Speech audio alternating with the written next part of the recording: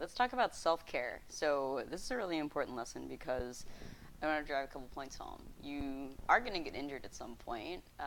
You can't avoid that, but it's part of your growth and it's part of your development, and you have the power to direct the way that your tissue heals. And that can be part of your self-awareness training, that can be part of your ego checking, that can be part of just the way you grow in your daily life. Now, that goes for if you try to avoid all risk, you'll end up hurting yourself because your body will be more fragile. A tree that is grown in captivity, so to speak, or a greenhouse, when put out into the wild, will usually die and break because it hasn't been pummeled by forces enough to create strength. So doing things that make you stronger makes you stronger. Hiding does not. Okay, so it doesn't matter. You can't escape it. You might as well make yourself stronger and have fun while you're doing it. So I'm going to talk today about a bunch of different methods of how to do this. This is basically going to be a seminar, so I hope you're sitting down, maybe take some notes, okay? I want to start off with saying that when it comes to self-care, doing it yourself is not all the self-care is. First of all, finding somebody that you trust and you like to work with and you trust to work with your body is going to be super important. So try out a few different people in your area, try out a few different modalities, and remember that if you try a modality and you don't love it, doesn't necessarily mean it's the modality. It could be the practitioner and the way you two work together too. So give a couple things a shot. Ask your friends for advice or just go on your gut instinct. Finding somebody to work with one-on-one is always going to be a different level of interaction with your body than it is when you're just doing it yourself, okay? And hopefully you find somebody that works with you and isn't just like any trainer. A good body worker should not be trying to force your body into things that it's not ready for.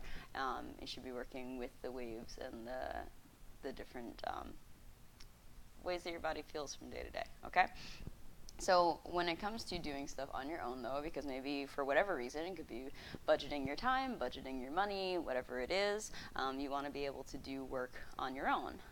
And it can really, really helpful to do things on a regular basis to try to keep the tissues moving as you like. It's really important to get fluid flowing through all the areas that we can. And when it comes to tissue healing rates, the stuff that has the highest vascularity or the highest amount of fluid flow through it, not just blood, lymph and all that, the quicker that tissue heals.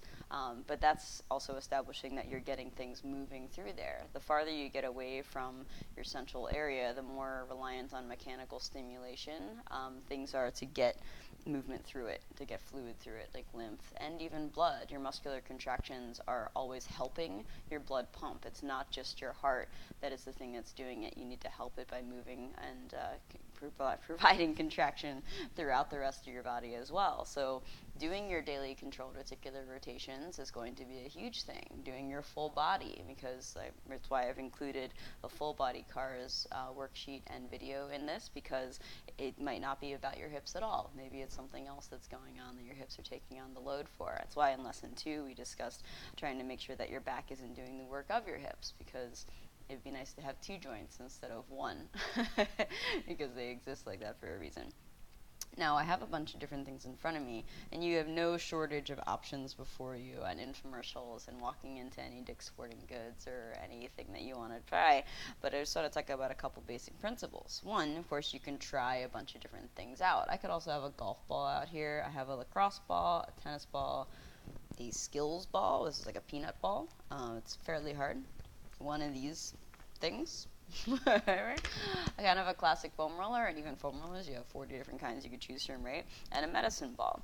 So when we're talking about just stuff that feels good and kind of getting some compression into the area, and when you release that compression, perhaps allowing more fluid to come through because you just squished and then released it. Right? So that's one thing that we can say sometimes happens when you do, is a physical thing that occurs when you do any of these compression therapies, okay? Plus it just draws your attention to an area and kind of if it makes you feel better, I don't care what the science is about it, okay? What I want to do is make sure that you are gradually increasing your, how you feel on a daily basis in an upward, generally, trajectory. So that you're not coming back to the same place every time. What I tell people when they ask about foam rolling is ask yourself whether or not, let's say you have a scale of 1 to 10, and 1 is feeling crappy and 10 is feeling amazing, and you're on, like, sorry, let's do it the other way. Let's say you're that 10 is feeling crappy and 1 is feeling amazing, so you're not paying attention to things, right? You're not aware of any pains.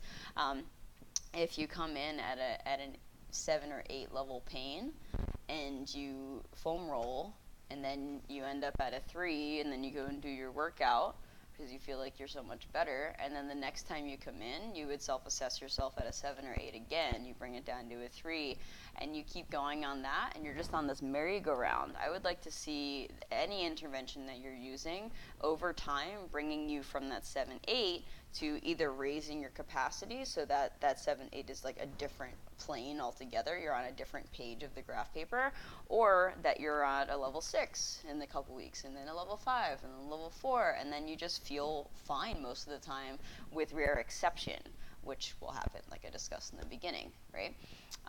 So pay attention to any intervention that you're doing. Is it making you feel better over time? And if not, sit down and have a talk with yourself about why that might not be.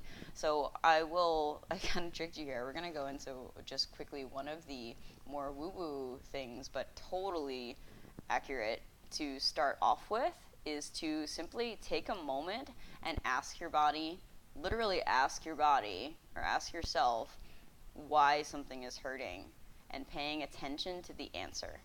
So if you sit quietly, and maybe you need to sit for 20 minutes before your brain quiets down enough to have the answer, but you're practicing patience with yourself. I think I've told people before that stretching after a workout can serve a lot of different purposes, and one of them is the active practice of patience. Patience practice.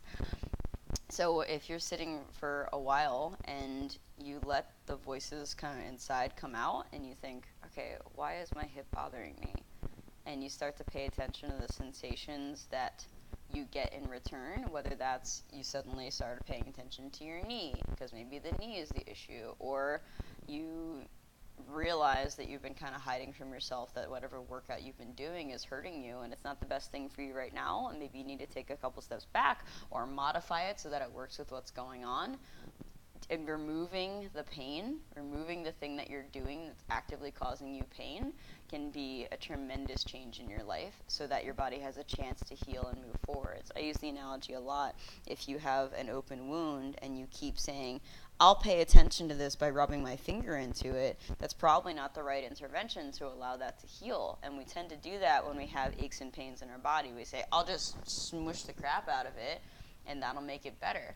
Maybe it won't. So pay attention to those things of, am I gradually over time improving my situation, or maybe do I need to change something? So sit down and have a talk with yourself. The more of these sensations that you're exposed to, which is why I did this such a graduated and kind of lengthy course here, the more options your brain is going to have conscious access to. So maybe you'd never felt an isometric contraction before. Maybe you'd never felt a varied one like we did in day 3, or we did in the PAILS and rails sequences, right? And now your body's aware of that and can start paying attention to it. The more afferent feedback you have from your joints, those deep layers in the joint capsule that are going through your central nervous system, the better educated your body is on what's going on, the better map you have of your body. So we want to keep doing our cars every single day so that we keep updating the map. You're refreshing the map. Imagine how impatient we get on refreshing like web pages, like to see the latest news. You're doing that for your body every time you take it through a full range of motion. Oh, what's the latest news? Let's figure out what's going on here. And then take that information and go and do something with it. Okay?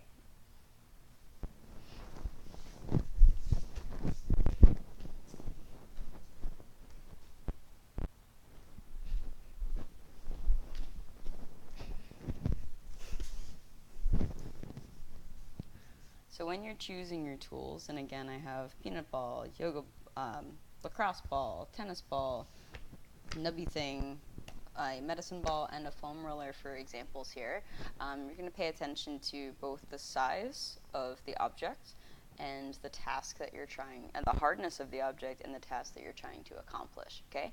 So if I am working on trying to get into some little spaces in my hip, something that is a little smaller might be a more helpful thing. If I'm thinking about getting a broad contact on the side of my leg, or thinking about my glute as a whole, something like a medicine ball might be a better option for me.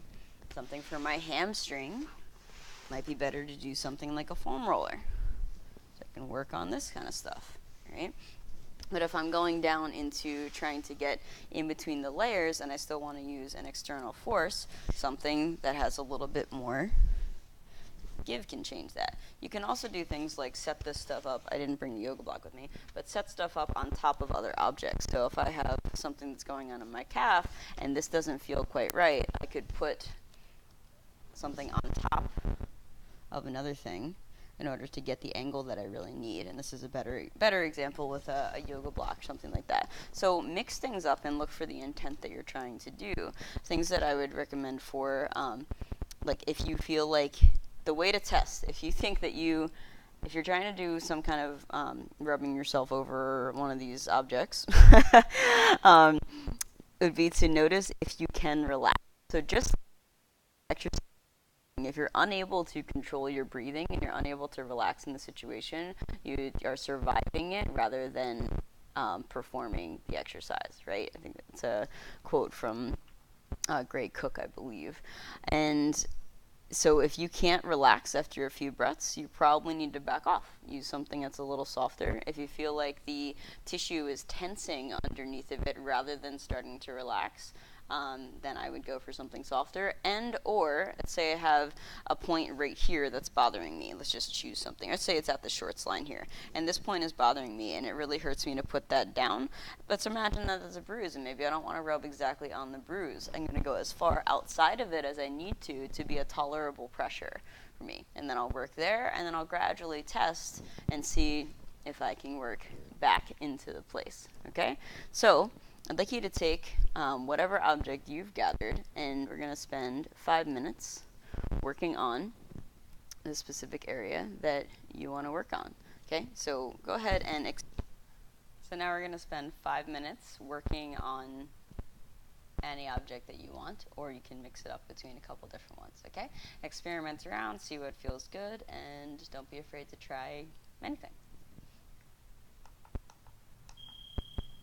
5 minutes on the clock. Go ahead and use whatever you've gathered around. Work on those hips.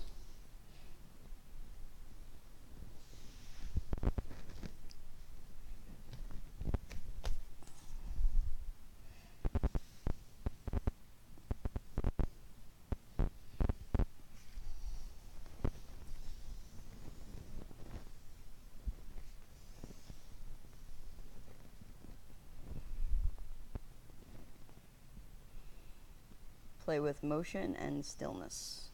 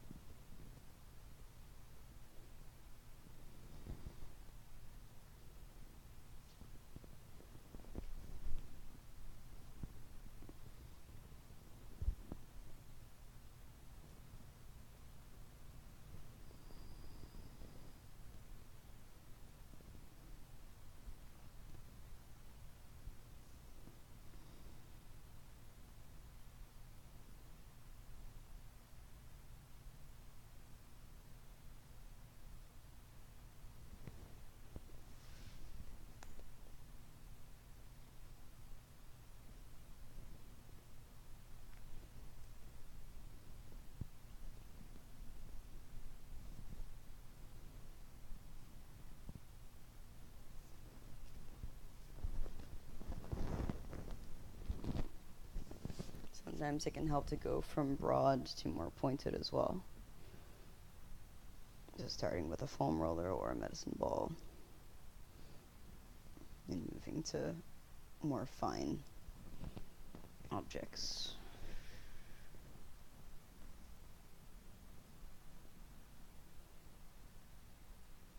I even have a spiky mat that I play with sometimes.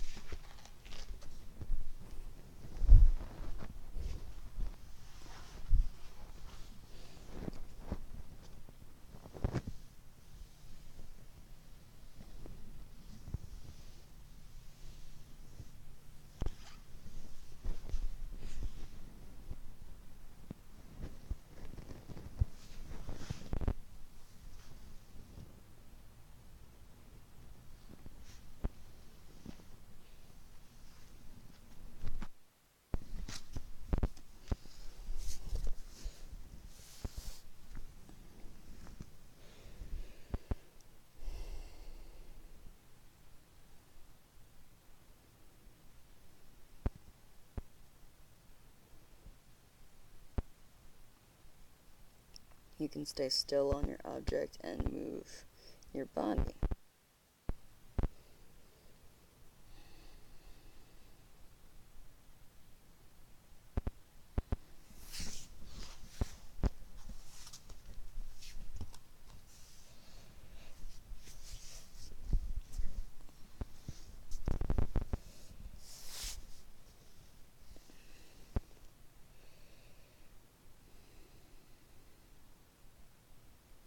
All getting to know yourself better.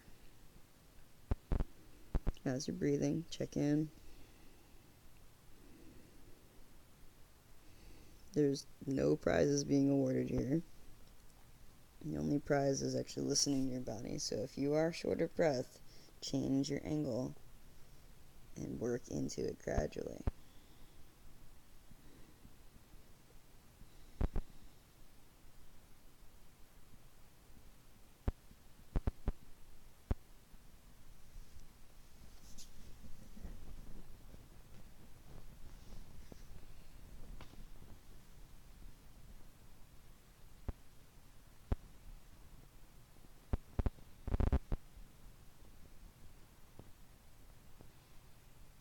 Just lay a little more lightly on it.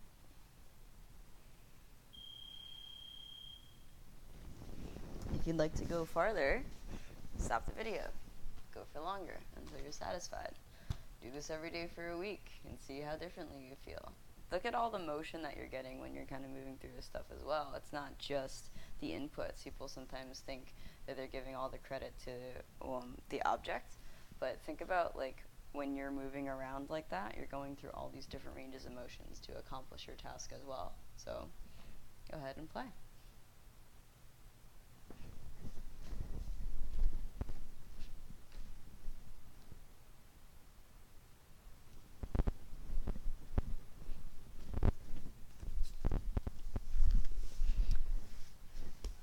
The next thing I want to talk about the size of the tool for the task, is working with your own hands when you're doing self-massage, okay?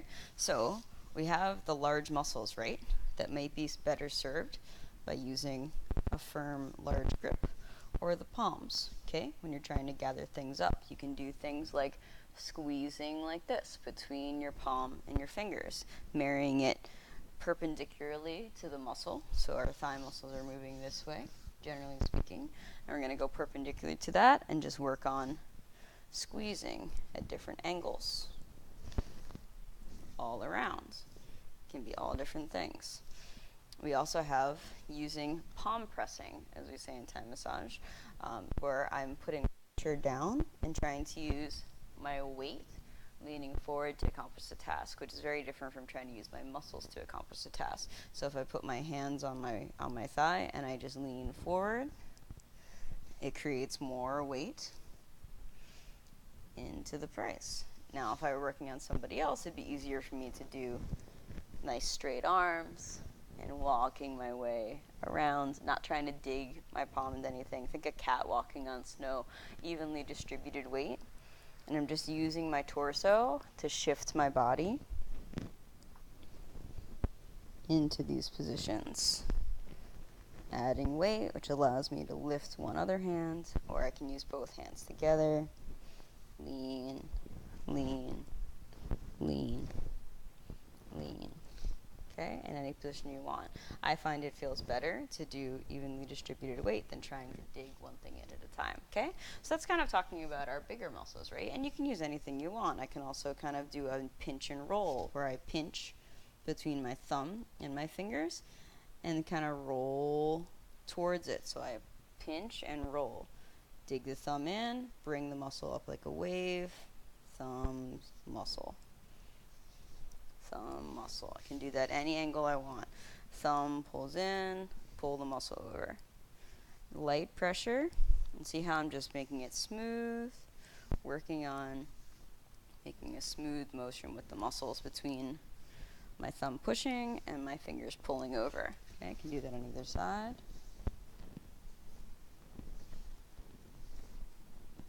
If you're not trying with me, I recommend you do that. Okay, so we're still kind of thinking big here. Now, let's talk about doing a little bit more in between. So, you have these things called epimysial grooves. In Thai massage, they're called sen lines, but in science, modern Western terms, it's just the seams between your muscles. If you take your thumb and we go crosswise across these big muscles in your thigh, with a little pressure, you'll feel how you kind of fall into a crevice on either side of the muscle. Those are your epimysial grooves. And if you kind of do that up one line, and sometimes this is easier to do when you're a little elevated, okay, and feel free to lean back against something, I can feel falling into those crevices the whole way up a muscle, okay, until I feel like I am kind of running out of it again. I can do it in different places.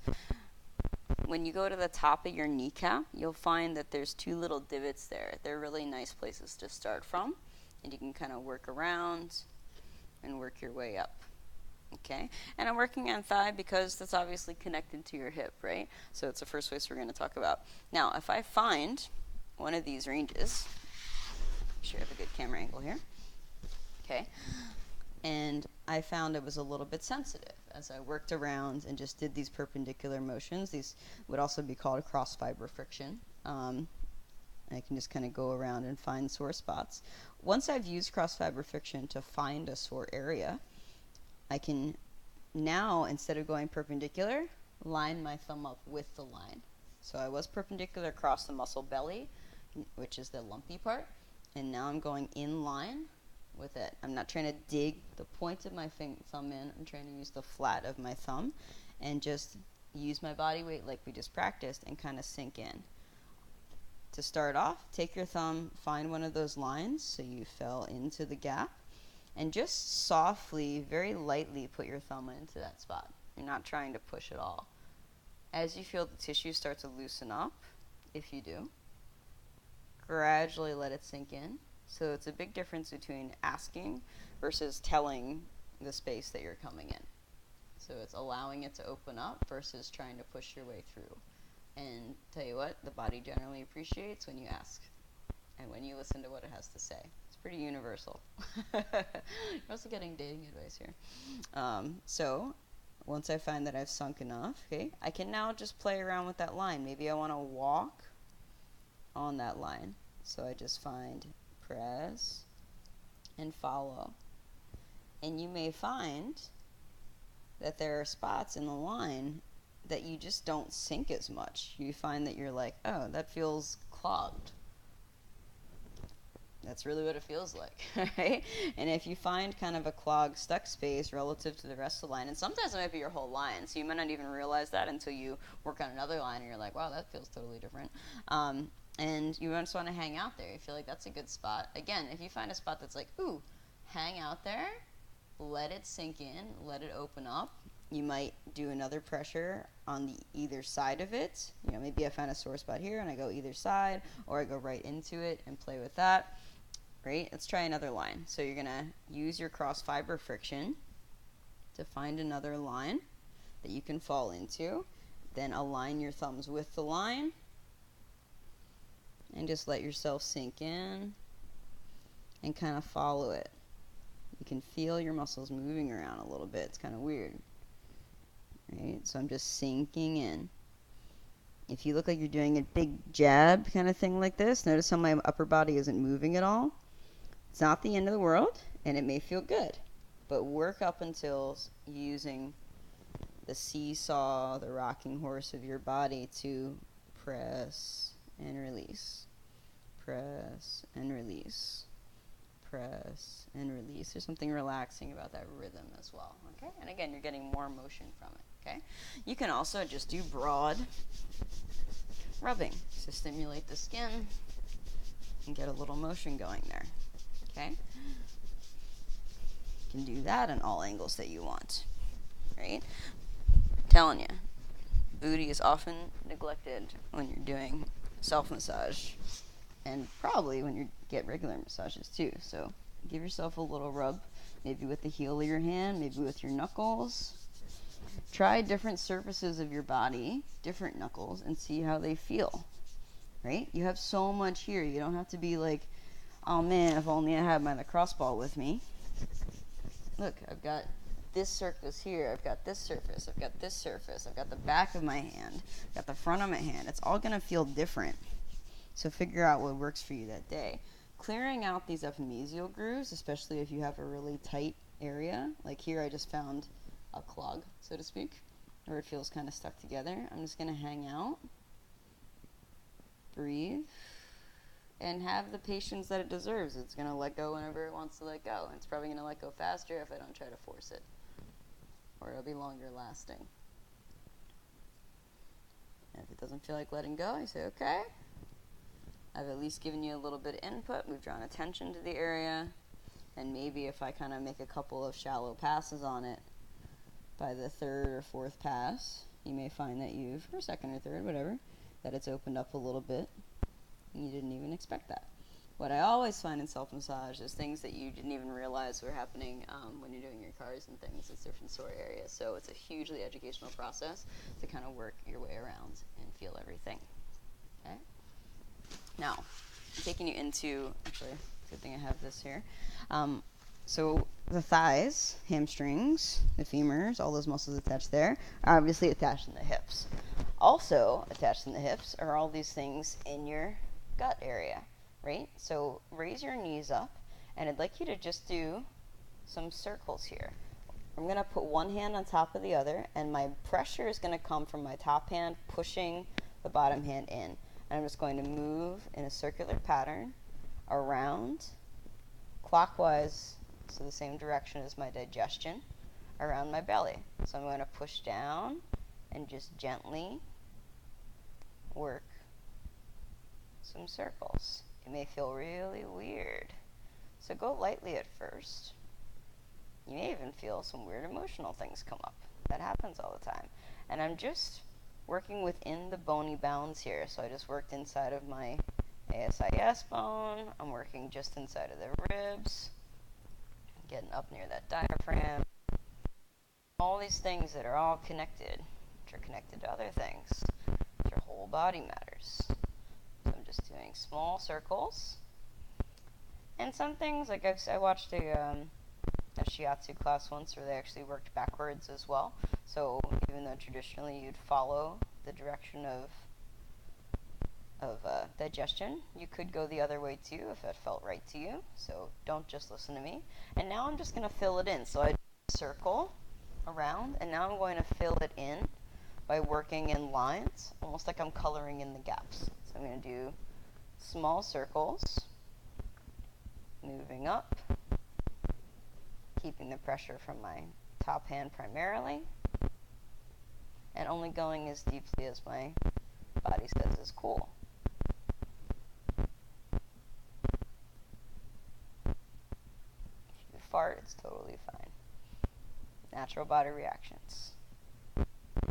Okay, you're going to go all the way down to the pubic bone if you're really filling in these gaps here. And again, it could get a little emotional. So really study what you're feeling and what pops up and just let it happen. Don't try to suppress anything. Let the water rush over you. Or pull you under for a moment so you may bob out the other side. I'm almost done coloring in my...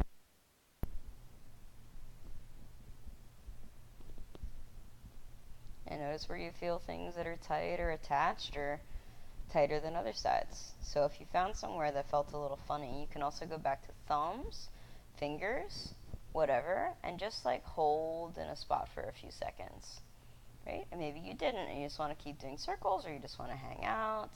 You can just have a quiet hand. I can't even begin to tell you the power of quiet hands laid on an area. If you're really sore muscles, whatever happens when you just lay a quiet hand on a sore muscle and just let it sit there patiently, sometimes you'll get amazing changes. It's going to be the same thing, just sometimes I visualize the area expanding underneath or having more space to move, or just let it sit without trying to think of anything in particular. I can even let my mind drift off to whatever it's doing and just let the hands and the muscles beneath them kind of do whatever talks they need to have.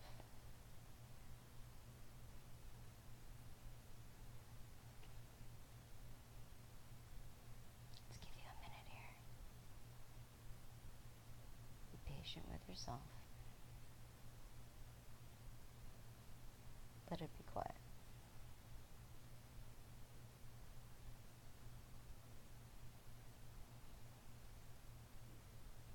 Feel your breath deepen.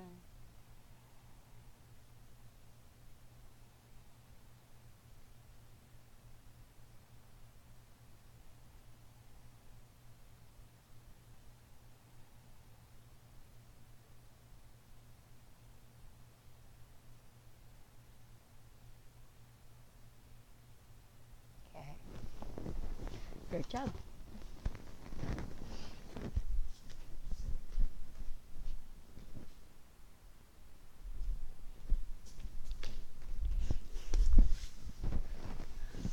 Now we're going to do a 10-second ramp up and down 2 times for each of our quads. We're going to try to do it for your hamstrings, and we're going to do it for our butt.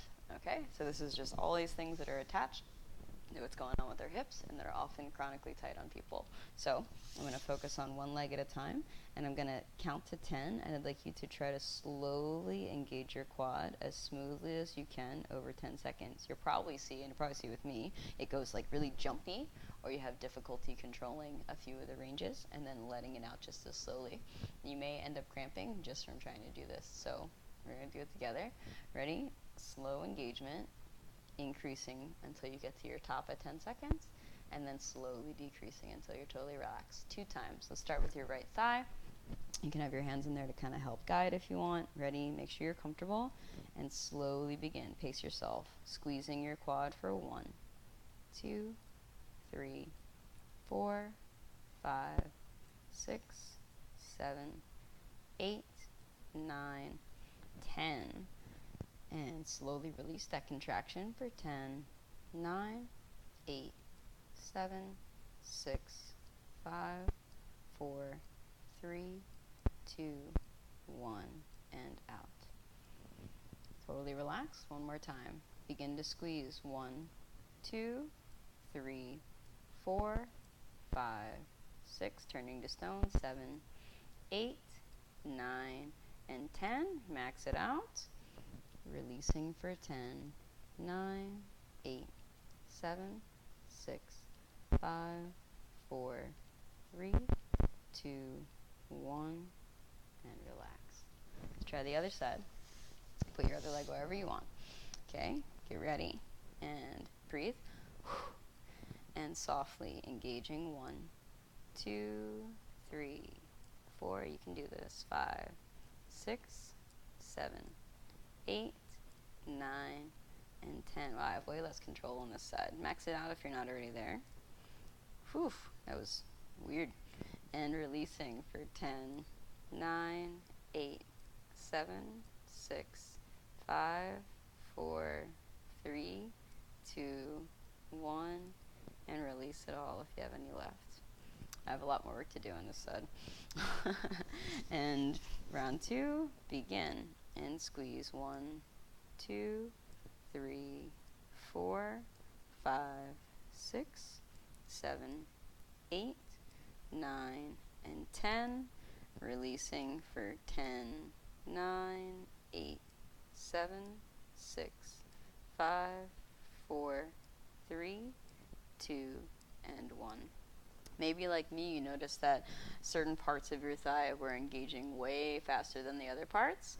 And what I would recommend is to work, if you have a lot of, like this was pretty homogeneous, if you have areas like that, to go back and work your ramping specifically on that area. So I might go, okay, outer thigh, let's see what we can do here. Can I engage you?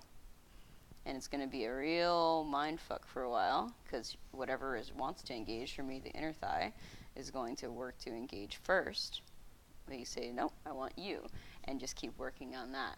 So make that a dedicated practice. That's something that I'm going to ask you to do for yourself, and I'm asking myself to do for myself, is find those areas and go back and practice until you have an more even distribution of the load. Okay? Now hamstrings. This can be a little tough, so go ahead and put your hand underneath so that you have some feedback there. You could also use a ball or something like that, would be great. And you're going to try to focus on your hamstring engaging.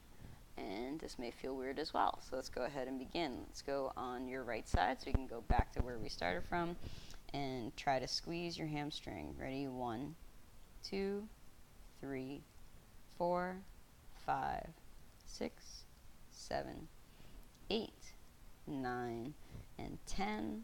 Releasing 10, 9, 8, 7, 6, 5, 4, 3, 2, 1. I anticipate this side's going to be a lot better than the other side. Ready again, and squeezing 1, 2. Notice what's trying to work. 3, 4, 5, 6, 7, 8, 9, 10, and release 9, 8, 7, 6, 5, 4, 3, 2, 1.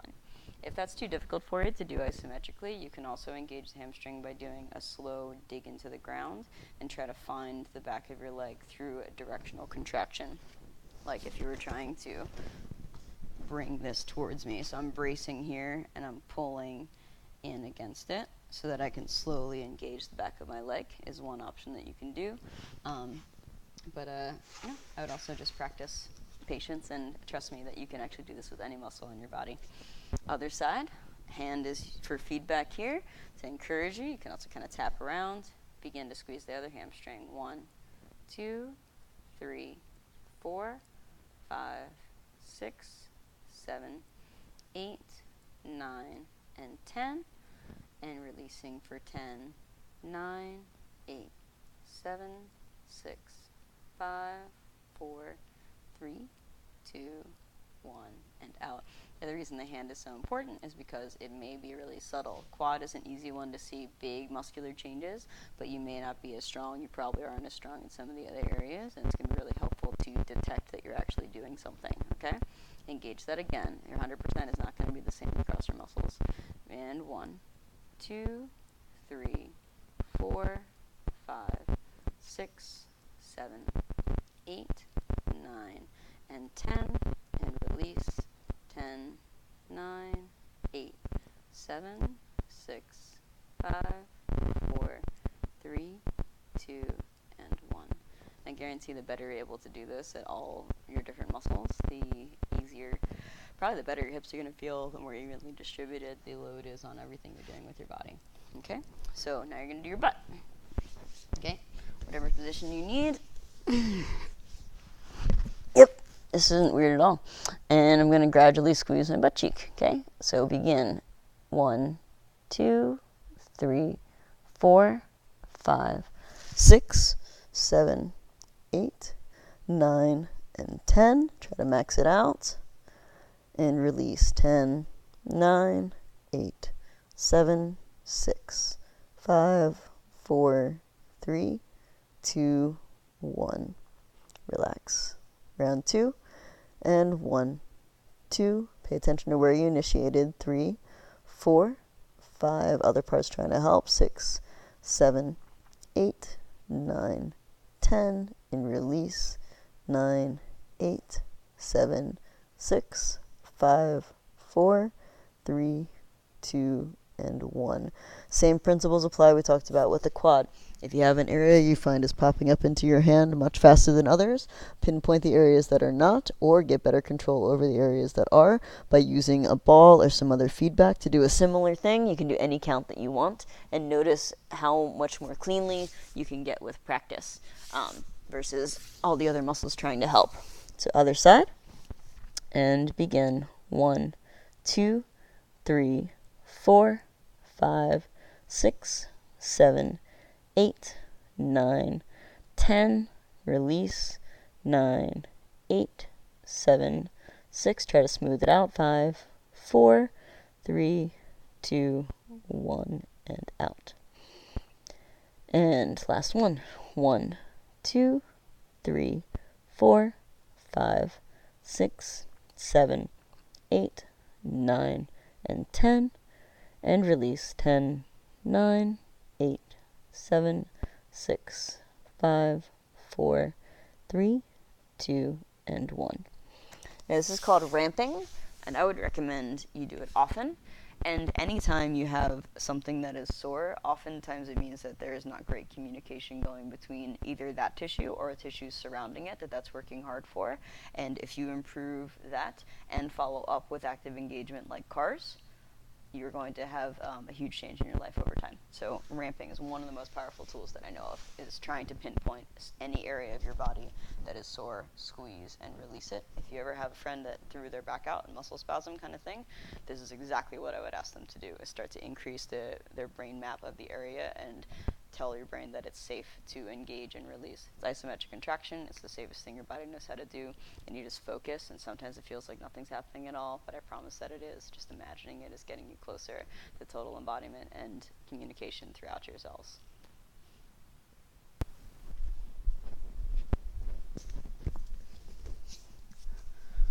One other thing that is extremely useful I want to make sure we talk about is directional isometrics, or low-level PAILS, for helping your aches and pains. So when you have something that's going on, you find the range of motion and then work either away or towards it. And let's discuss that a little bit. So let's say that I find that every time I go into abduction, I feel something kind of iffy on my hip, okay?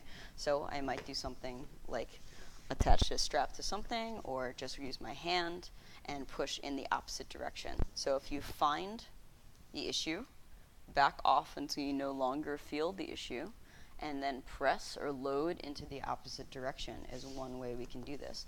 At that low level, the engagements that we worked on in lesson 3, the variable activity, right? So I can be pressing lightly into here and pushing, or using whatever. I could have a wall, be as creative as you need to push and engage the opposite direction just outside the range. If the load you input causes the issue again, change the angle or the amount of load you're doing. Alternatively, you can also go in the same direction, but the same thing applies about your directional load. And I could do something like using the strap and tying together here,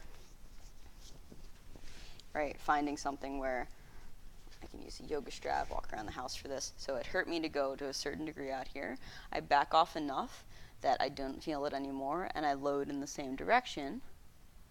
Right? I would also recommend ramping and doing all those things, and making sure that I'm still on a range that feels clear. So if it hurt me here, I might be loading this far, gradually, and all day.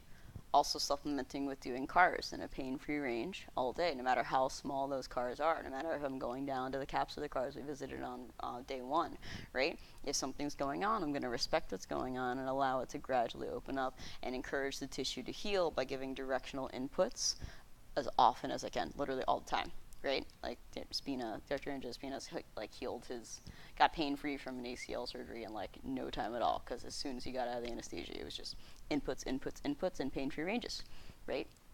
I'm a fan of letting it chill a little bit, but also doing inputs, because that's how you're going to direct the tissue healing. The fibroblast cells that are in the area that are trying to heal it are going to help. But if you keep going into the painful ranges, you're going to have that free nerve ending proliferation that's just going to keep the pain coming. So pain-free ranges allows that stuff to the brush to die back and stop protecting it. You can almost imagine thorns being like, yo, back up. And then when you back off, it's like, okay, we can shrink back, and then the pastures can open up, green fields, all these things, okay? So find angle that it hurts, back off, and this may be a combination of things. It might be that I found when I go into abduction and slight external rotation, so that means my opposite would be adduction and slight internal rotation, right? You can get as complicated as you need to. If I needed to wind up exactly this way, I'm going to try to go exactly the opposite direction of how I found the issue, and sometimes that's, can be kind of weird, right? But it's exactly what your body needs that time. So don't just say, you don't operate in these straight lines, right? That's the whole point of this. We're getting the full circle of experience, work isometrics. I would test 3 times for 30 seconds. We touched on this briefly in the compass part of variables, lesson 3. I go like 3 times for 30 seconds in the opposite direction, or 3 times 30 seconds in the right direction, and then notice if I can either get farther without pain, if the pain at the same range is reduced, if the pain moved to an entirely different area, so I've cleared that spot and now it's moved elsewhere, or if it didn't get better at all, then I might try a few more times or back off the range a little farther to see if I can help that open up, have patience with it, or maybe I need to have another intervention. And like I said at the beginning of this lesson, going to see somebody should always be on the table for you. Asking for help is part of being independent. I believe that. Thank you so much. Man, I hope you learned a lot, because I know I did. Let me know how you're feeling.